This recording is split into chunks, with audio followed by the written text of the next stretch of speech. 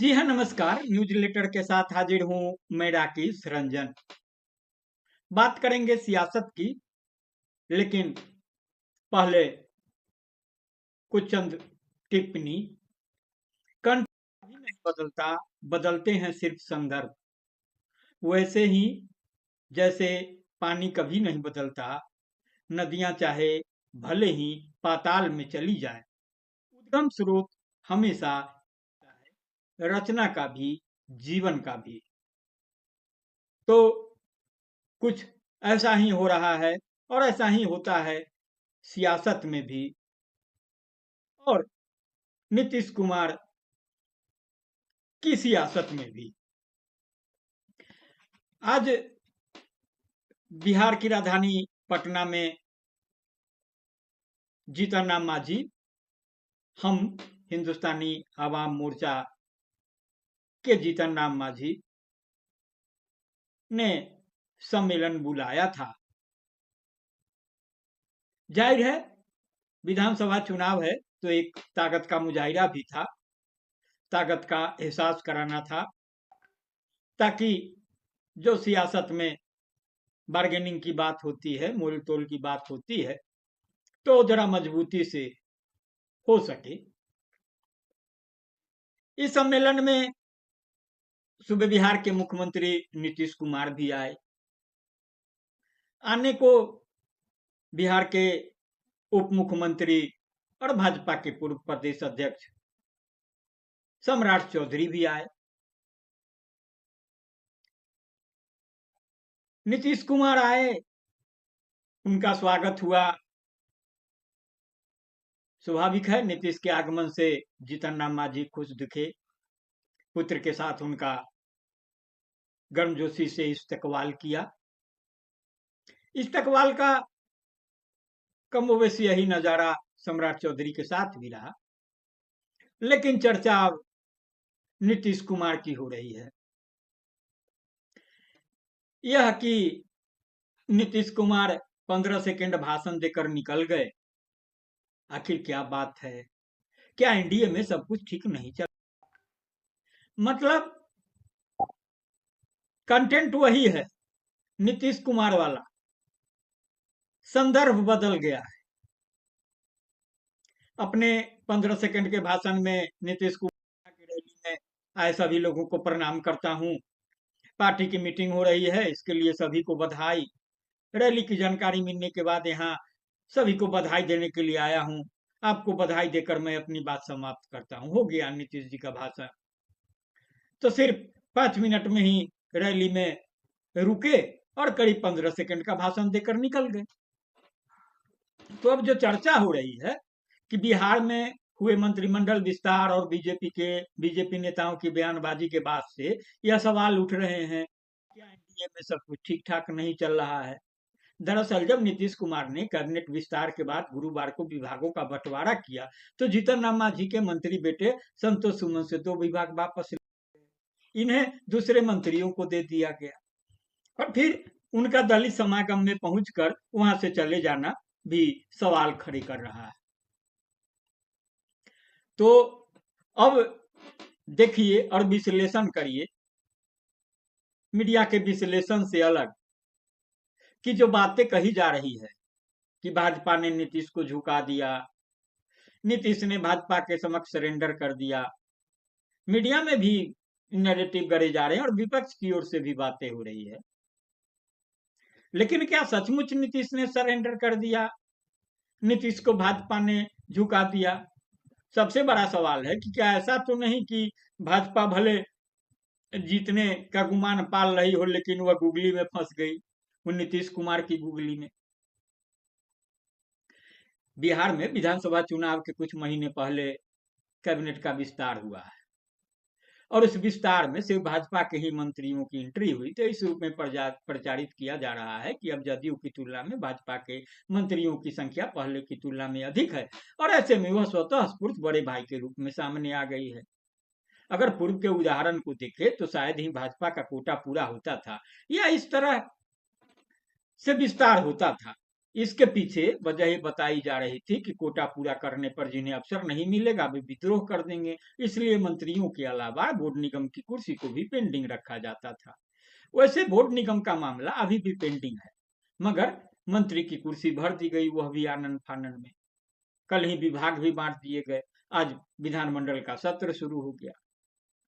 तो जब विस्तार हुआ तो इसमें किसी का पर काटा गया, तो किसी को तेज उड़ने वाले पंख लगा दिए, लगाए बेशक भाजपा की नहीं। जाहिर है इसे लेकर कुछ तो तैयारी बदलने वाली चल रही होगी।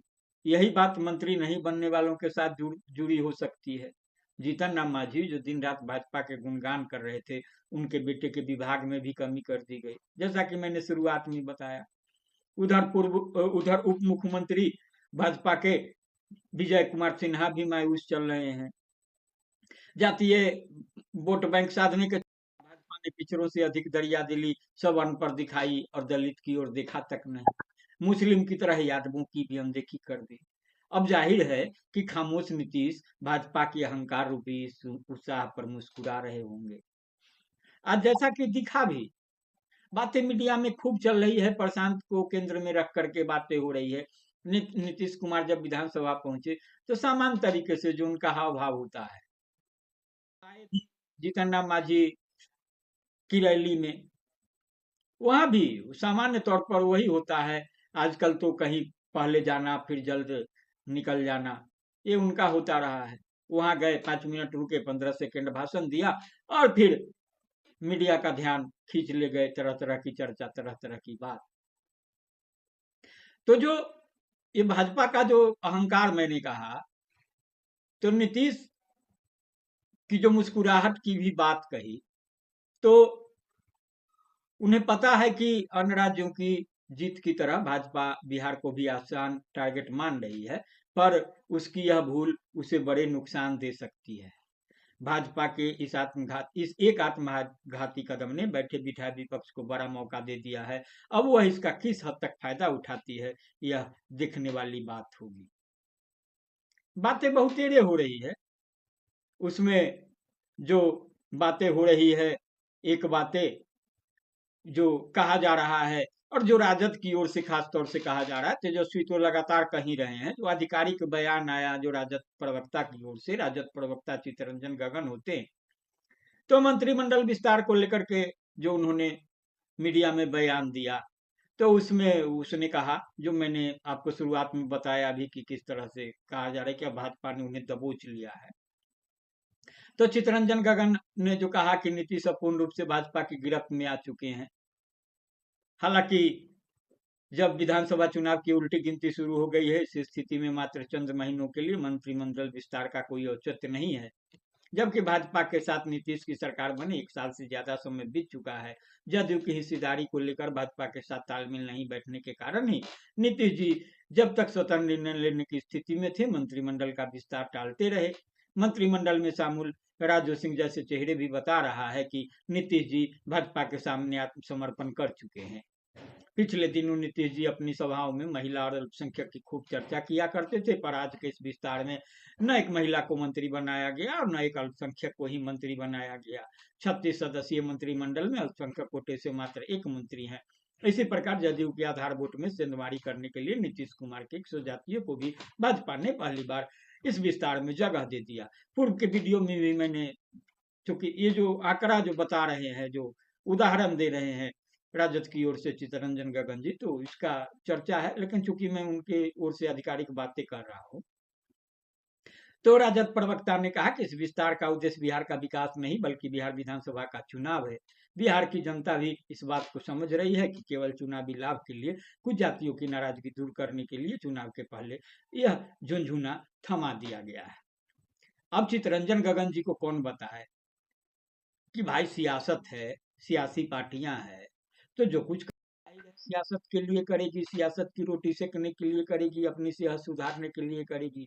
और चुनाव है तो जाहिर है मौका है, खास मौका है।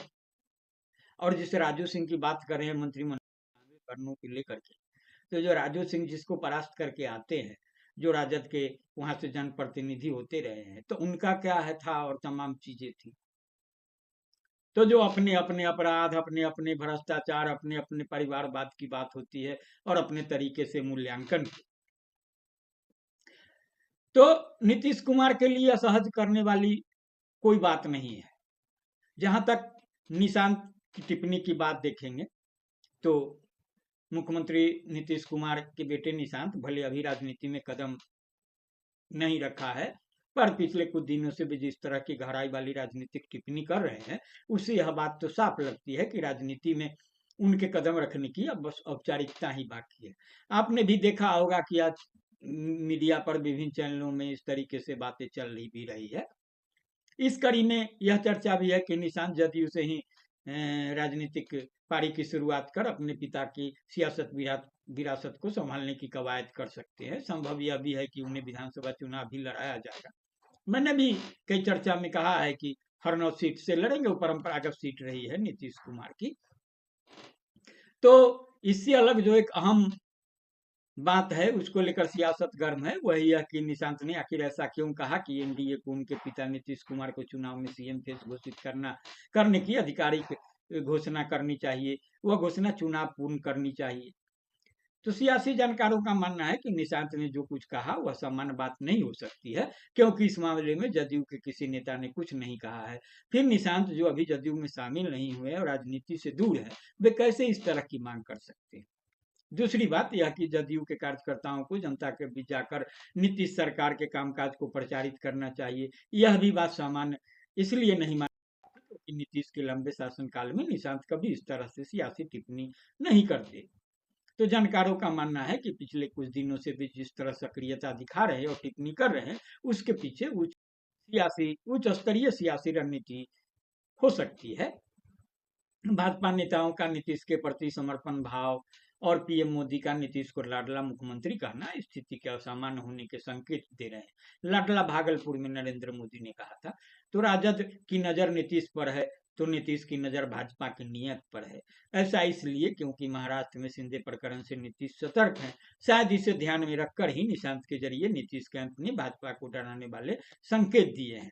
जाहिर है राजद के लिए यह प्रकरण उम्मीद बढ़ाने वाला है, लेकिन बिना नीतीश के बिहार में भाजपा की चुनावी नैया डूब सकती है। इसलिए संभव है, बल्कि भाजपा नीतीश को चुनाव पूर्व मुख्यमंत्री का चेहरा घोषित कर दे और राजद की उम्मीद पर पानी फेर दे। अब क्या होगा नहीं होगा, तो राजद की जहां तक उम्मीद है और जो सियासी हो रही है, तो उसमें आप देखेंगे कि इधर इंडिया का जो खेमा होता है, जो राजद कांग्रेस वाम दलों वाला, तो यहाँ कांग्रेस भी बहुत स्थिर नहीं है और जिस तरह से संकेत आ रहे हैं, तो यहाँ भी प्यार भी हो रहा है, तकरार भी हो रहा है। कांग्रेस ने नए प्रभारी बनाए हैं, तो बिहार के जो नए प्रभारी है उन्होंने अपना होमवर्क शुरू कर दिया है। प्रभार लेने के बाद उन्होंने कई स्तरों पर बिहार के पार्टी नेताओं से बात की है। उन्होंने दो टूक अंदाज में सबको निर्देश दिया है कि बिहार विधानसभा चुनाव में हमें बेहतर करना है, इसके लिए जो भी करना पड़े वह करें।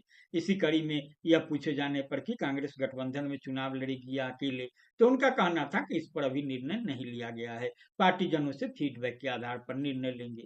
यह इसलिए हैरान करने वाली बात है क्योंकि अभी कांग्रेस बिहार में राजद के साथ महागठबंधन में है। दूसरी बात यह कि राजद द्वारा पहले ही कांग्रेस को इस बार कम सीट देने की बात खुद तेजस्वी कर चुके हैं। वहीं बिहार कांग्रेस के नेता अधिक सीट चाहते हैं। इसके अलावा पहले की तरह आज भी बड़ी संख्या में कांग्रेस जन राजद से मुक्त होकर अलग चुनाव लड़ने की सोच रखते हैं। संभव है कि वे लोग यही फीडबैक दें। इधर कई नेता कड़वी टिप्पणी राजद के खिलाफ करने से भी परहेज नहीं कर रहे हैं। इसमें पप्पू यादव सबसे आगे हैं, पूर्णिया से जीत करके आए हैं।